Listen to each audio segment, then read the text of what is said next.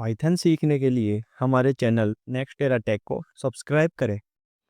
Hello guys, welcome back to our Python series. आज हम lecture 17 को कवर करने वाले हैं, जिसमें हम पढ़ेंगे डिक्शनरी बेसिक्स इन पाइथन। यानी हम इसमें डिक्शनरी को बेसिक से पढ़ने वाले हैं। तो देखते हैं, let's start. A dictionary in Python is है कलेक्शन ऑफ की वैल्यू पेयर्स। तो इसका मतलब होता है कि डिक्शनरी एक ऐसा डेटा स्ट्रक्चर होता है जिसमें डेटा की और वैल्यू के फॉर्म में स्टोर होता है। Second, each key is unique and it is used to access its corresponding value। इसका मतलब हो गया, हर की यूनिक होती है, यानी एक की बार बार यूज नहीं होती। की के थ्रू ही हम उसकी वैल्यू को एक्सेस कर सकते हैं। इट इज रिटर्न यूजिंग करली ब्रेसेस, यानी डिक्शनरी हमेशा करली ब्रेसेस के अंदर लिखी जाती है। करली ब्रेसेस के बीच में ही की और वैल्यू के पेयर लिखे जाते हैं। इसका एक बेसिक सा सिंटैक्स देखते हैं। Dictionary name is equal to key one value one comma key two value two. इसमें क्या हुआ है, यह उसका बेसिक स्ट्रक्चर है, जहाँ हर की के बाद कॉलन लगा हुआ है। ये की है और ये कॉलन है, और फिर उसकी वैल्यू लिखी जाती है। पहले की, फिर कॉलन एंड फिर उसकी वैल्यू। हम इसको एक एग्जाम्पल के थ्रू देखते हैं। Student is equal to name, फिर ये कॉलन हो गया, फिर ये की वैल्यू हो गई। इसको ऐसे लिखते हैं। इसके अंदर क्या हुआ है, यहाँ नेम एज और मार्क्स, नेम एज और मार्क्स, ये तीनों क्या है, तीनों तो है की, और इनकी वैल्यू है राहुल 20 और 85। तो ये तीन क्या है हमारे पास वैल्यू।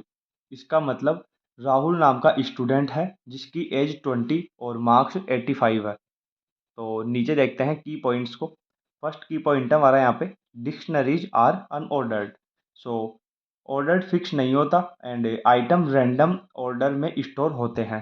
सेकंड है, keys must be unique and immutable, यानी हर की यूनिक होती है और चेंज नहीं होती। इम्यूटेबल का मतलब होता है चेंज नहीं होना। थर्ड है हमारे पास यहाँ पे, values can be of any type. Values number string list कुछ भी हो सकती है हमारे पास यहाँ पे। फोर्थ लास्ट हमारे पास यहाँ पे, a dictionary is mutable, meaning you can change add और रिमूव एलिमेंट्स। तो मतलब हम डिक्शनरी में न्यू आइटम को ऐड डिलीट या अपडेट कुछ भी कर सकते हैं। अब हम यहाँ पे देखते हैं ऑपरेशंस ऑन डिक्शनरी, यानी डिक्शनरी के ऊपर कौन कौन से ऑपरेशंस किए जा सकते हैं। अभी हम यहाँ पे बेसिक देखते हैं। इस लेक्चर में हम देखने वाले हैं बेसिक। नेक्स्ट लेक्चर में हम एडवांस देखेंगे। तो बेसिक देखते हैं हम यहाँ पे, accessing values. You can access dictionary values using key. यहाँ पे लिखा हुआ है print student name and print student marks. तो नेम में आया राहुल एंड मार्क्स में आया 85। इसके अंदर हमने क्या किया है कि हम की के नाम से उसकी वैल्यू को एक्सेस कर रहे हैं। तो इसमें हमारी की हो गई नेम और मार्क्स। की वैल्यू को हम एक्सेस करने का काम कर रहे हैं। तो नेम के अंदर हमारे पास वैल्यू कौन सी थी, राहुल, एंड मार्क्स के अंदर वैल्यू थी हमारी 85। हमारे आउटपुट आए हैं राहुल और 85। नेक्स्ट हमारे पास यहाँ पे, एडिंग न्यू की वैल्यू पेयर। सो इसके अंदर हम क्या करने वाले हैं, अगर हम न्यू की लिखते हैं तो एक नया आइटम डिक्शनरी में ऐड हो जाता है। तो हम जो यहाँ पे सीटी लिख रहे हैं, ये सीटी एक की है जो कि एक न्यू की है। तो न्यू की को हम पुरानी वाली डिक्शनरी में ऐड कर देंगे, तो उसके पास हमारा ये डेटा स्टोर हो जाएगा, और जो नई डिक्शनरी आएगी उसके अंदर सीटी ऐड होके आएगा। तो हमने यहाँ पे लिखा स्टूडेंट सिटी जयपुर और प्रिंट ऑफ स्टूडेंट। तो सिटी हमारे पास क्या है, न्यू की है, जो कि हमारे पास डिक्शनरी में ऐड हो चुकी है। नीचे आउटपुट आया है नेम राहुल, एज 20, मार्क्स 85। ये तीनों तो हमारे पहले के हैं एंड हमने न्यू ऐड किया है सिटी जयपुर। एडिंग न्यू की वैल्यू पेयर से हम न्यू की को पुरानी वाली डिक्शनरी में ऐड कर सकते हैं। एंड नेक्स्ट हमारा यहाँ पे, updating existing value.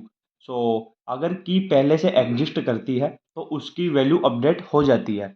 Student marks is equal to 90, print of student. पहले हमारे पास स्टूडेंट के मार्क्स कितने थे, 85। हमने 85 को अपडेट करके 90 कर दिया।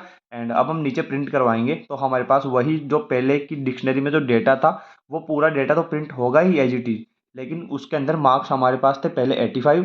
अब अपडेट होके 90 प्रिंट होंगे। नेक्स्ट हम देखते हैं रिमूविंग आइटम्स। फर्स्ट लिखा हुआ है पॉप ब्रैकेट में की, रिमूव्स आइटम बाई की। एंड सेकंड हमारे पास डिलीट डिक्शनरी की, यानी डिलीट्स आइटम बाई की। एंड थर्ड हमारे पास यहाँ पे क्लियर रिमूव्स ऑल आइटम्स।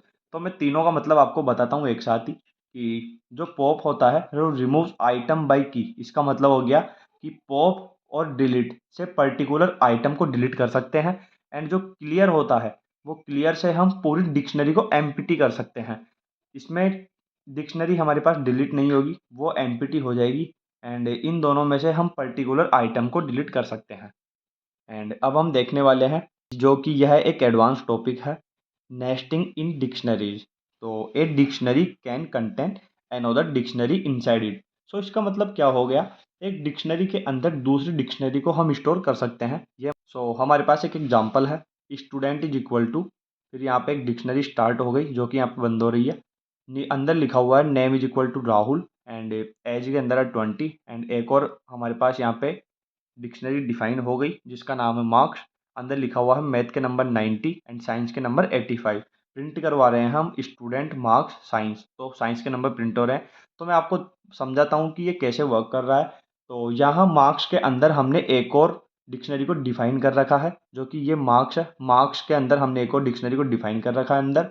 और जब हम लिखते हैं स्टूडेंट मार्क्स साइंस, हम यहाँ पे जब प्रिंट करवाते हैं स्टूडेंट मार्क्स साइंस, तो वो अंदर वाली डिक्शनरी से वैल्यू निकालता है। तो जो कि अंदर वाली डिक्शनरी के अंदर वैल्यू हम कौन सी प्रिंट करवा रहे हैं, साइंस वाली।